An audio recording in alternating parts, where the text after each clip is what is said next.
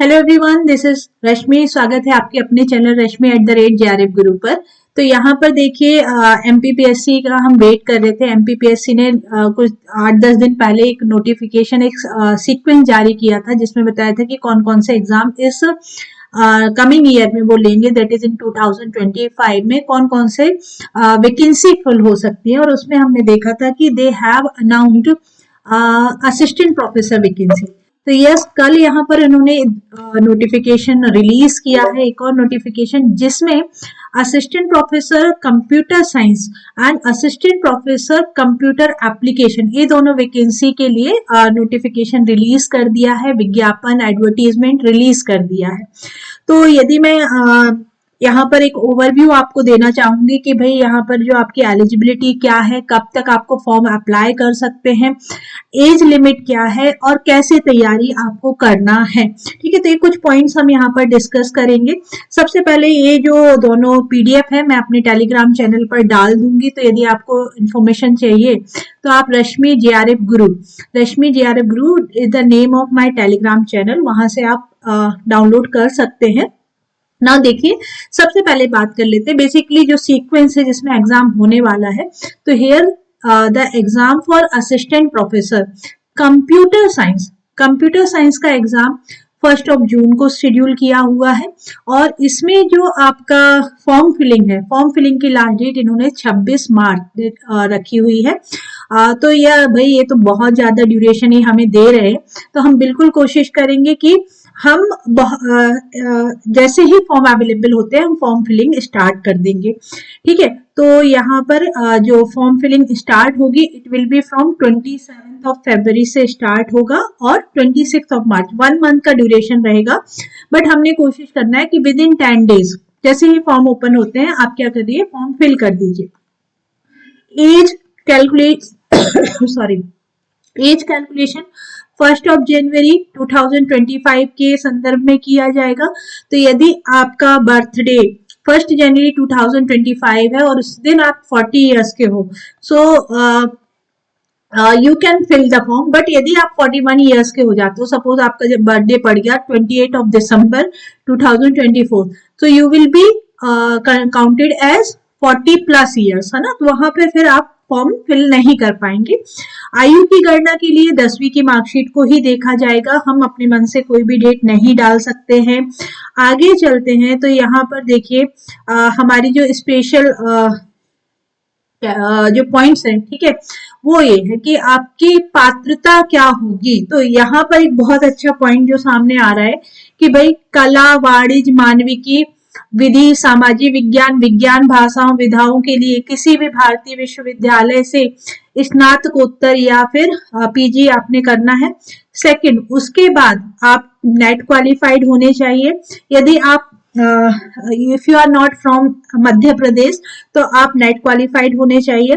और यदि आप मध्य प्रदेश से हैं और you are qualified with the SET exam तो भी आप अप्लाई कर सकते हैं। अब यहाँ पर क्वेश्चन आ रहा है कि क्या एमटेक अप्लाई कर सकता है, क्या एमसीए अप्लाई कर सकता है, क्या एमएससी अप्लाई कर सकता है। तो भाई देखिए, इन्होंने स्पेसिफाई कहीं नहीं किया है कि what should be the specific category MTech MCA. इन्होंने आपसे बोला है कि किसी भारतीय विश्वविद्यालय द्वारा आपको स्नातकोत्तर की डिग्री रखनी है। ठीक है, स्नातकोत्तर की डिग्री होनी चाहिए, you should have post graduate degree, है ना। और उसके बाद विज्ञान वगैरह में बोला है, स्पेसिफाइड नहीं किया हुआ है। तो डेफिनेटली हम सभी इस कैटेगरी में अप्लाई कर सकते हैं क्योंकि they are asking for the post graduate, लेकिन 55% आपके मार्क्स हो, प्लस नेट एग्जाम हो, प्लस सेट पर क्वालिफाइड हो। एक छोटा सा फाउंडेशन एमसीए के लिए आ सकता है कि भाई MCA can only apply for the computer application. But अभी तक ये जो उन्होंने नोटिफिकेशन रिलीज किया इसमें कोई भी चेंजेस नहीं है। इसमें वो सीधे सीधे लिख रहे हैं कि you can apply if you have done PG degree, है ना। क्योंकि यहाँ देखिए ना, कला वगैरह क्या होता है, कला आर्ट्स के स्टूडेंट्स को अलाउ कर रहे हैं, कॉमर्स को अलाउ कर रहे हैं, तो फिर एमसीए एमटेक तो बिल्कुल उस डिग्री को बिलोंग ही करते हैं, है ना। तो यहाँ पर आपका ये हो जाएगा। Second, yes, if you are pursuing PhD आप यहाँ पर अप्लाई कर सकते हो। पीएचडी उपाधि धारक अभ्यर्थी को निम्नवर्ती के खरा उतरने के अध्याधीन विश्वविद्यालय महाविद्यालय संस्थानों के सहायक आचार्य समकक्ष पदों में भर्ती एवं नियुक्ति हेतु नेट सेट और सेट की न्यूनतम अनिवार्यता में छूट होगी यदि आपके पास पीएचडी है तो। लेकिन पीएचडी रेगुलर होनी चाहिए, पार्ट टाइम पीएचडी कंसीडर नहीं करेंगे। तो ये पीएचडी भी आप हो तो आप अप्लाई कर सकते हैं। ठीक है। रोजगार पंजीयन माननीय उच्च न्यायालय मुख्य पीठ जबलपुर में दायर याचिका क्रमांक में पारित अंतिम अध्यादेश 8/3/2022 का अनुपालन में अन्य प्रदेशों के अभ्यर्थियों को रोजगार कार्यालय में पंजीयन से मुक्त रखा गया है। ठीक है। बाकी मध्य प्रदेश के मूल निवासी का जीवित रोजगार पंजीयन आवेदन करते समय आवश्यक नहीं होगा, लेकिन ऐसे अभ्यर्थी को साक्षात्कार हेतु आयोग कार्यालय में वांछित दस्तावेज भिजवाने की अंतिम तिथि तक रोजगार कार्यालयों पर जीवित पंजीयन प्रमाण पत्र अनिवार्यता प्रस्तुत करना होगा। मतलब वहां जब आपका इंटरव्यू में होगा तब आपको यहाँ पर रोजगार प्रमाण पंजीयन कराना होगा। एंड मध्य प्रदेश में शासकीय सेवा में कार्यरत, तो अभी तो भाई वैकेंसी निकल रही है, तो शासकीय निगम मंडल उपक्रम आयोग बोर्ड विश्वविद्यालय स्वशासी संस्था के कर्मचारी नगर सैनिक अभ्यर्थी कार्यालय द्वारा अनापत्ति मतलब एनओसी आपको लगेगा। ठीक है। और यहाँ पर और आगे चलते हैं तो वी हैव आपसे एलिजिबिलिटी की बात कर ली है। Now these are the vacancy. तो कंप्यूटर साइंस में टोटल 87 वैकेंसी हमारी आ रही हैं एंड इसमें भी कैटेगराइज किया गया है कि रिक्तियों में मध्य प्रदेश के शासकीय महाविद्यालय अतिथि विद्वानों हेतु आरक्षित पद हैं कुछ। मतलब क्या है कि जो लोग ऑलरेडी अतिथि विद्वान के रूप में काम कर रहे हैं तो उनको थोड़ा सा प्रिविलेज दिया जाएगा और उनके लिए सीट रिजर्व कर दी गई है। रिक्तियों में मध्य प्रदेश के मूल निवासी महिलाओं के लिए भी थोड़ा सा रिजर्वेशन मिलेगा और दिव्यांगजनों को भी यहाँ पर रिजर्वेशन है। ठीक है। तो आप श्रेणी राजपत्रित द्वितीय श्रेणी के कैंडिडेट होंगे। ये आपका जो पेमेंट होगा, ठीक है, इट विल बी 57,700। बट हमको मैन कंफ्यूजन था कि भाई हम अप्लाई कर सकते हैं कि नहीं, तो बिल्कुल हम यहाँ पर इस बार बार इसी बात को लिख रहे हैं कि किसी भी विश्वविद्यालय से संबद्ध विषय में फिर तो एमटेक एमसीए और एमएससी तीनों ही हो जाएंगे के साथ निष्णात उपाधि है ना, ये आपको अथवा प्रत्याशित विदेशी विश्वविद्यालय में समतुल्य उपाधि कंसीडर करेंगे, बट नेट और सेट होना चाहिए। अब बात कर लेते हैं एज लिमिट की। ठीक है। एज लिमिट में यदि आपसे बात करें तो एज लिमिट आपकी यहाँ पर देखिए आयु सीमा जो है मिनिमम 21 वर्ष होगी, मैक्सिमम 40 वर्ष होगी। लेकिन यहाँ पर कुछ एडिशनल रिलैक्सेशन दिया गया है, वो मैं भी आपको बता देती हूँ। तो किसी भी प्रवर्ग की मध्य प्रदेश की मूल निवासी महिलाओं के लिए आरक्षित पद उपयुक्त महिला अभ्यर्थी के अभाव में पुरुष वर्ग को दिए जाएंगे। खैर ऐसा होता नहीं है। तो चलिए आगे बात कर लेते हैं कि कितनी आपको एज रिलैक्सेशन यहाँ पर मिल जाएगा। तो एज रिलैक्सेशन के अकॉर्डिंग पहले सेंटर ये सभी आपके जो कॉमन सेंटर हमेशा रहते हैं वही दिए हुए हैं। ठीक है। तो आयु सीमा की बात कर लेते हैं। आयु सीमा के लिए हमारे पास yes before that here we have application date start होगा 27। जब ये 27 को जब आपका एप्लीकेशन स्टार्ट होगा ना तब और क्लियर होगा कि एमटेक एमसीए और एमएससी का क्या डिफरेंशिएशन इनने बनाया हुआ है। एंड सेकंड देखिए करेक्शन के लिए लास्ट डेट आपका 26 रहेगा, फिर करेक्शन विंडो ओपन होगा। ये थोड़ा सा गड़बड़ किया ना इन्होंने कि लास्ट डेट 26 है और आवेदन त्रुटि सुधार करने की प्रारंभ तिथि 4/3 है। चलिए ओके फिर लास्ट डेट 28 है। ठीक है। मतलब 2 दिन बाद आपका करेक्शन स्टार्ट हो जाएगा आफ्टर 4-5 डेज। एंड एग्जाम की जो डेट है वो 1 जून है for the computer science assistant professor vacancy. Now आगे चलते हैं। यदि हम ध्यान से देखें तो यहाँ पर जो हाईएस्ट एज है, देखिए यदि आप अनुसूचित जाति जनजाति पिछड़ा वर्ग दिव्यांग शासकीय निगम मंडल स्वशासी संस्था के कर्मचारी नगर सैनिक महिलाओं या महिला है आरक्षित अनारक्षित, you will get 5 years relaxation. तो 40 + 5 कर लीजिए। यदि आपकी एज 45 years है you will get this relaxation. Correct है, आपको ये रिलैक्सेशन मिलने वाला है। ओके और प्रोत्साहन स्वरूप भी यहाँ पर रिलैक्सेशन दिए गए हैं। पर अभी 45 ईयर्स, ठीक है, यहाँ पर अभ्यर्थियों में उपरोक्त सभी छूट दे हैं, किंतु समस्त छूट को शामिल करते हुए भी किसी भी स्थिति में किसी भी प्रवर्ग में अधिकतम आयु 45 वर्ष से अधिक नहीं होगी। अर्थात जिन अभ्यर्थियों को आयु 45 वर्ष से अधिक है, आप आवेदन के पात्र नहीं होंगे। मतलब कोई भी आप यहाँ पर क्राइटेरिया लगा लीजिए, उसके बाद 45 ही आपकी लास्ट यहाँ पर एज है। तो this is what the notification. Syllabus की यदि हम बात करें तो सिलेबस में आपको नेट ही एक्सपेक्ट कर रहे हैं। वैसे इन्होंने हमको यहाँ पर देखिए लिख कर दिया हुआ है कि विद इन अपकमिंग डेज, ठीक है, आपका सिलेबस अपडेट कर दिया जाएगा, पैटर्न अपडेट कर दिया जाएगा।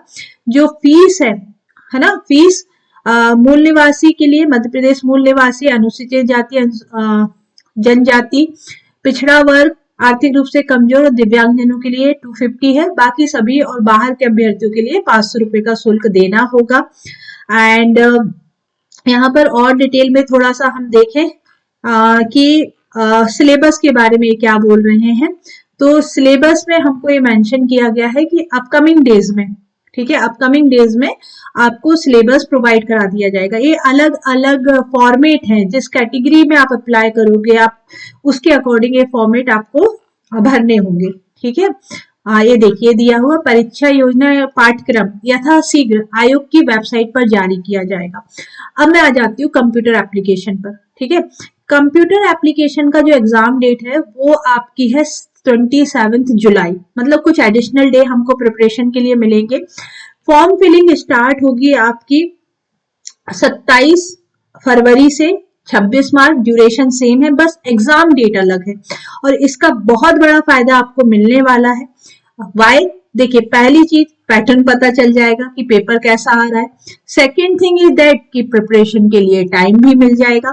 तो डेफिनेटली हम अभी से प्रिपरेशन स्टार्ट करें, और ये जो 1 मंथ का गैप मिलेगा हमको, एक नहीं अप्रोक्सीमेटली 50 डेज है ना, क्योंकि 1 जून का एग्जाम हो जाएगा, उसके बाद 50 डेज का हमको यहाँ ब्रेक मिलेगा, और उसके बाद फिर से हमको एग्जाम देना है।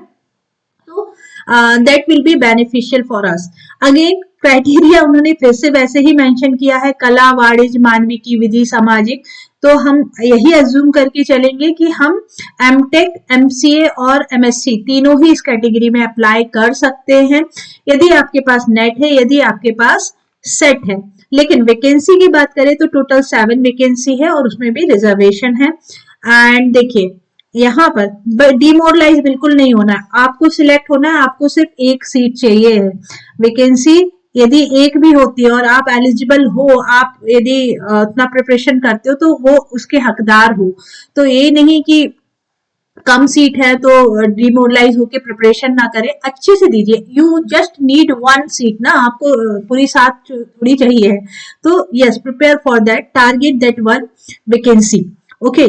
और अगेन क्राइटेरिया वही है ना। उसके बाद बात कर लेते हैं कि एग्जाम डेट या रिलैक्सेशन, जो हमको लास्ट वीक अभी थोड़ी देर पहले मैंने आपको बताया, सेम ही रहेगा। पैटर्न की यदि मैं बात करूं, देखिए एग्जाम डेट 27 जुलाई है, ठीक है, 27 जुलाई है। और पैटर्न की यदि हम बात करें तो यहाँ पर भी वही चीज मेंशन की गई है कि हमको अपडेट कर दिया जाएगा। लेकिन अभी तक का जो मेरा एक्सपीरियंस है, मैं लास्ट 6 to 7 ईयर से यहाँ पर आपकी यूजीसी नेट की प्रिपरेशन करा रही हूँ। अलग अलग स्टेट्स के असिस्टेंट प्रोफेसर के लिए मैंने स्टूडेंट्स को गाइड किया है। और जब भी हमने सिलेबस देखा, यदि आप अभी भी हरियाणा HPPSC का सिलेबस देखते ना, as it is like your NET syllabus, तो भाई बिल्कुल हम इसकी प्रिपरेशन कर सकते हैं विद द नेट सिलेबस। और आपको पता है सेट एग्जाम का सिलेबस भी सेम है, तो हम इन ही एग्जाम के सिलेबस से प्रिपरेशन स्टार्ट कर सकते हैं। बहुत ही जल्दी आयोग शेयर भी कर देगा। लेवल ऑफ क्वेश्चंस क्या होगा? It can not be beyond GATE exam, it can not be beyond the NET exam. देखिए गेट ऐसा एग्जाम है जिसमें बहुत सारा कॉन्सेप्चुअल क्वेश्चन पूछा जाता है। नेट में आपका थ्योरेटिकल क्वेश्चन या थोड़े से सिंपल लेवल के क्वेश्चन होते हैं, लेवल थोड़ा बिलो होता है। तो it can not be beyond that. हाँ, यहाँ पर कोई डायरेक्ट क्वेश्चन ज्यादा पूछे जाते हैं तो डायरेक्ट क्वेश्चन के हिसाब से भी हम प्रिपरेशन कर लेंगे, डायरेक्ट कैसे क्वेश्चन बनेंगे, और दैट्स इट। ठीक है, तो यहाँ सबसे बड़ा अच्छी बात है कि यहाँ एमसीक्यू बेस्ड पेपर होना है। अभी खैर पैटर्न आने वाला है, बट हाँ, यदि हम इतना प्रिपरेशन कर लेते हैं that will be more than sufficient.